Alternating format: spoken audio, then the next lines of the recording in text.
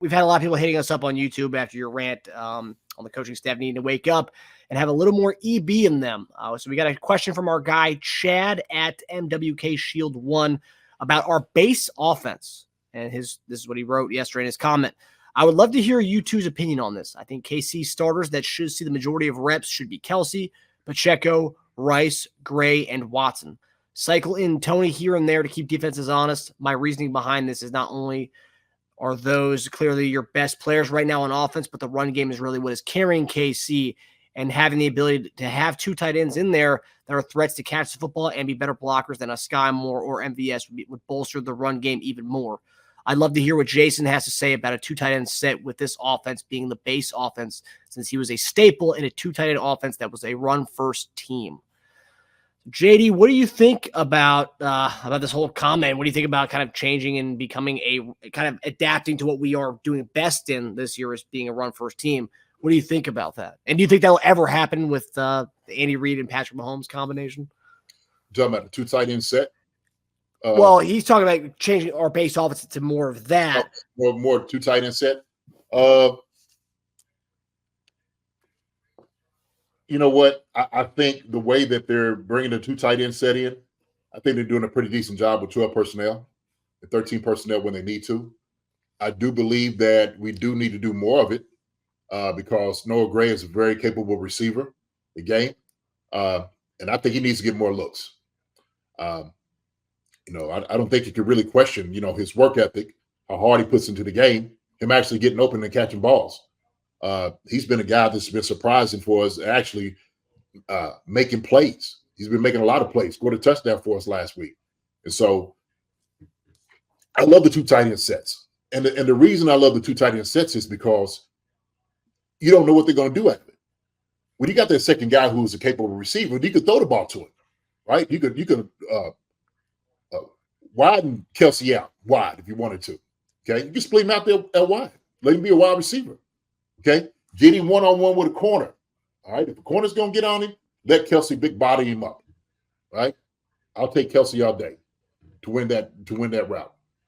But the thing is, because our running game is very effective, I love it because we can run the ball with Pacheco. We could motion that second tight end to the backfield, or we could just put him on a line of scrimmage. We can run counter with it. What our counter is running it's really good right now. Our counter game is really good. It's very effective. But our guys can do, and we got very athletic tight ends. They can block. Travis is doing a hell of a job blocking right now. Noah's doing a good job sticking his nose in there to go hit guys in the mouth.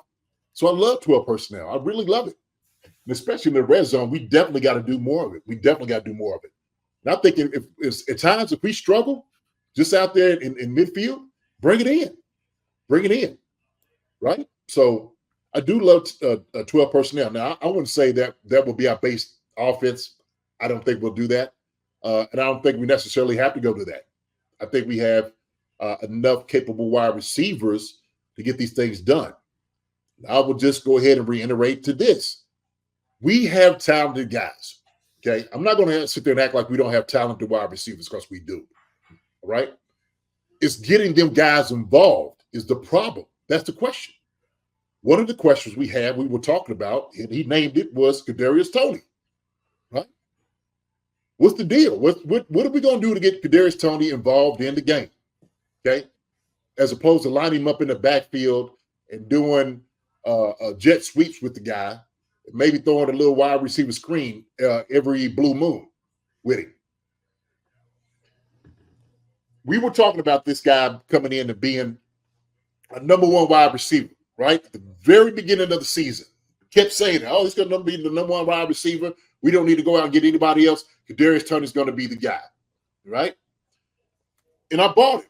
We all bought it, okay? I'm like, cool. You know what? I think he's capable. Now, is he going to be the number one to get you 80, 90 balls a year? No, probably not. But could he get you 50? Absolutely he could. Definitely 60, especially with the way our offense works. We know Travis is going to be the number one guy, receiver in our offense. So Kadarius Toney, everybody else around him, cool. That would have worked for us. But the problem is go to see it when you start looking at it. Well, now the first few games of the season, our number one receiver was Justin Watson. Now look, hey, if a guy's going after the ball, I got no problem with a guy going after the ball. I don't. Right? That's what he's supposed to do. Matter of fact, hats off to Justin Watson to go on and showing up because everybody else wasn't. That's showing me he got some dog in it. That's a guy who got cut and released from Tampa Bay, right? Didn't make their squad, comes to Kansas City, and he comes and solidifies himself as the number one for the first few weeks, right? Bravo. Good job, Justin Watson. Okay? Right? Where's all the other guys at? So we gave guys some amount of grace to get better because it is a process. I get that. I understand it. I know it fully well because I played. But then, Kadarius Toney, like you said, we had him in the first game, and then all of a sudden he just disappears. Really no explanation. None. I mean, then everybody's speculating, are we going to save him for the playoffs? And I'm like, why? Why are we going to save him for the playoffs? For what? We need to start winning games right now. We need to get him established right now doing things. Now, if you're afraid that he's brittle like a crack like an egg, okay. All right. That might be one of your concerns. But don't sit there and do us like that. And then all of a sudden, other guys are coming in and not getting the looks. It just doesn't seem like the offense is what it was supposed to be, what we expected it to be. And so Rashee Rice comes in. He starts showing up. Okay. And I'm naming all the guys that the question comes in, he named. Rashee Rice, a rookie, comes in, gets the line, gets the offense down, starts to make plays. Very promising. Absolutely love Rashee Rice, what he's doing, right? But he's still developing. We still see the inexperience in Rashee Rice. I talked about this last week. He needs to, he definitely needs to secure the football better than what he has been doing. Those two things, like he was just a second away from losing those two fumbles. That's inexperience. And so a young guy, you don't want to necessarily put that all on his shoulders. You don't want to. Especially if we got vets in the room that we said by all, counts and measures, the other guys are going to be the guy. Rashee Rice is coming in and he's going to learn a lot from these guys. Hope so be it. Well, Rashee Rice is doing a good job, still inexperienced. We have been waiting for everybody else to show up, right? Skyy Moore. I think Skyy Moore, this is my personal opinion, okay? I like Skyy Moore as a receiver. I do believe Skyy Moore is going to take a little bit more time than everybody else to develop. But Skyy Moore can help us in a game in the slot, getting open in space, things that he's good at. Okay, we put him on the jet sweep. That may not be one of his strong suits. Okay, he's better, running man. Kind of getting more nifty. Getting against guys, double move guys in the inside. Okay, smaller guy, he could get in those little windows, right? And so we put Skyy Moore. They put him on the outside, but we ain't running any routes on the outside for Skyy Moore. Anything that we're doing, right? We haven't been doing anything with that. No. So. I love 12 personnel. Going back to it, I love 12 personnel because Travis has been doing it. He's been killing it. But he's been double and triple team, right? Always slowing down. No, he's not slowing down. He's over getting beat up. He's getting triple and double team. That's what's happening with Travis. Okay. Heck, you slow down too. We had to fight 2 or 3 guys off each and every play. Shoot, it take a lot out of you as well. So. I do like that 12 personnel. I like Kadarius Toney. We got to get him involved. I do like Justin Watson, and I do like Rashee Rice. Okay, those going to be the guy. Those going to be the guy. Okay, and all those guys, they block. All those guys block. Skyy Moore comes in, he blocks too, right? Skyy Moore comes, he blocks too. I heard Andy say today that this growth for MVS. It's a difficult time. And guys have been there before. Playing in the NFL, sometimes you have these slumps or whatever, like things are not going right for you. You're just trying to figure everything out. He's got to have the patience, man, to get better. But while he's getting and developing, getting better, there's other guys that's striving. Those guys got to get out there and play, man. Those guys got to get out there and play. So I like the question. I do. I like the question. There's a lot of questions there, man. Going forward, what we need to do, we need to lean on those guys that you talked about as being a staple on offense, no doubt. Yeah, I mean, I thought it was interesting because, I mean, we're talking about playing on strengths. We're week 14 here, and our offense has been very, very inconsistent. But one of the few things that has been consistent when we do commit to the run is the run game, and that's also something too. It's like it's only taken about up until about 6 weeks ago we actually started to finally, or not even 6 weeks ago, probably a couple weeks ago, we finally started to commit to the run a little bit more. There was a couple games where there was no like one run in the first quarter or first half, and then come out second half. We adjusted, but yeah, it's interesting take, at least for this year, because I know everyone's gonna say, oh, you say Patrick Mahomes is a game manager. Is that what we're relegating him to? No, we're not. But we're saying this team's strength right now is the run game. So let's play complementary football for the run game. So let the run game be the focal point. And then I think it's a really good point by Chad with the question. I do too. It's very, very much so. Very much so. Because with this team, you never know. As far as next year wise, if we do retool offensively, as far as the skill players, yeah, at that point, sure. Then we can go back to what we were doing the past years. But this year, if the run game looks like our something we can lean on, then why not? And well, look, man, Pacheco had 18 rushes for 100 and some yards last week. And I said this. I said, the more you give him the football, the better off he's going to be. And we've seen this all year. That's what he has been. And that's what he's been giving us. And also too, I said, this helps out the offensive line, and they're blocking.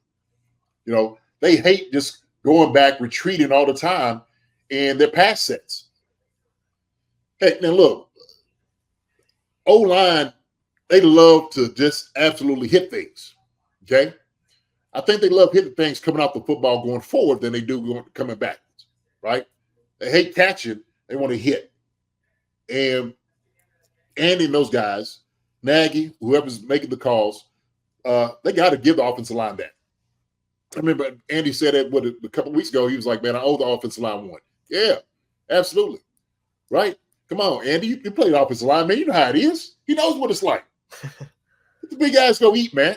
Them suckers go hunt, man, to go eat. All right? Let them go gnaw on a couple of legs and hit somebody in the gut. Catch a couple guys and club them, in the neck. All right? We got some rough customers up front, man, and I love every bit of it. I love every bit of it. We got a comment here from Earl Negretti. I think they should apply some no-huddle plays and let Mahomes have involvement in play calling or audibles. Do you think based on what you're seeing from your eye test, JD, do you think there's enough of this going on? Does Mahomes have – is he getting his – is he doing a lot of audibling? Is he doing a lot of stuff? As far as the plays that are called in, is he audibling out and doing a lot of his own stuff? I'm sure he could probably do some check with knees. That's probably what they're doing, some RPOs, of course. Play calling and audibles. Well, definitely. I'm sure he has that ability to do it. And if he doesn't, he should. The only thing about that is because what he sees, what they're seeing upstairs, may be a little bit different, for him. And it may take, because we do a whole lot of motion, we do a whole lot of like the, shifting. There's a lot of changing in that, right? There's a lot of changing, and you don't want to become vanilla. You don't want to just constantly just put it in him just to make a call.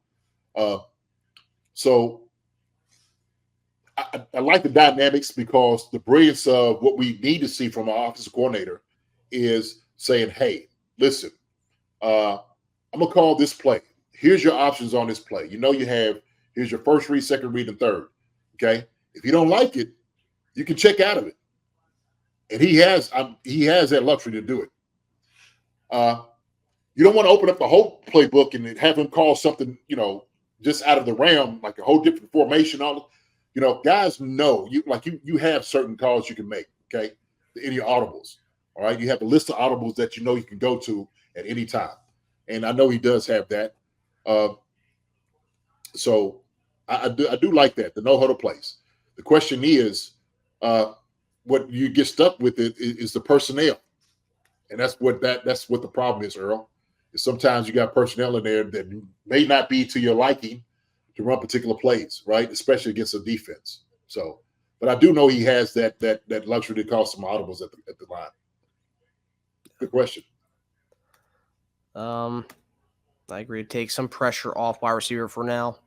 I mean, yeah. I mean, what do you think about that element of it, of kind of being more prone to the run as far as doing that? And kind of going back to the question, being more of a run first team and taking some of the pressure off some of these young guys. I think you have to do it. I think you absolutely have to do it. Matter of fact, we know the run, and I keep saying this over and over again. Okay, the run opens up the pass. The run opens up the pass. I know it. They know it. Everybody knows that. Okay. Problem is, I guess we just decide we ain't gonna do it. We do what we do well, right? It's like, well, we just gonna make sure we stick with what we gonna do. Yeah. Ain't no problem with that. But hey, look, but also too, you need to understand, man. Hey, if our strong suit is that guy number 10 back there, who's got all the juice and the energy, who can't wait to go out there and hit somebody and run through a couple holes and get up swinging and do all his little thing. Hey, we got to ride the back of that guy. That's our dude right there. That's our dude right now. And so everybody plays off of that. Everybody will benefit off a great running game. Okay? When you start looking at teams that's going to go deep in the playoffs, they're going to have an effective runner. I'm telling you. Even if you go up let's just say you go up, third or fourth quarter, okay? You need to have a 4-minute offense to keep the ball in your hand, and that takes an effective running game, right? You don't have an effective running game, then you got to throw the ball, then you stop the clock, right? So you can go into all these different scenarios, but why not establish a good running game and get that first? We know we have it, but that would do wonders for the wide receivers. Wonders. Heck, the O-line would take you out probably for steaks and burgers. You do that. That ain't bad at all. Man, come on, man. Look, especially if something like that is working, okay? Now, look, if they start giving us 8 in the box, which they're not, then that'll be different. But then you can throw out to a personnel then. You can throw out to a personnel on that. You give 8 in the box. Because we have capable guys. That's why I like 12 personnel. I love that. But, yeah, man, right now what we're seeing is they're dropping 7 in coverage, sometimes 8, and they're rushing 4.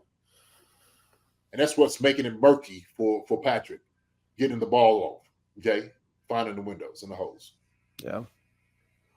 I mean, and that's the thing. A couple of years ago when we went that whole snafu and they did the whole cover 2 stuff, we were refusing to run the ball. At that time, we just weren't running the ball. We were still trying to force the vertical passing game.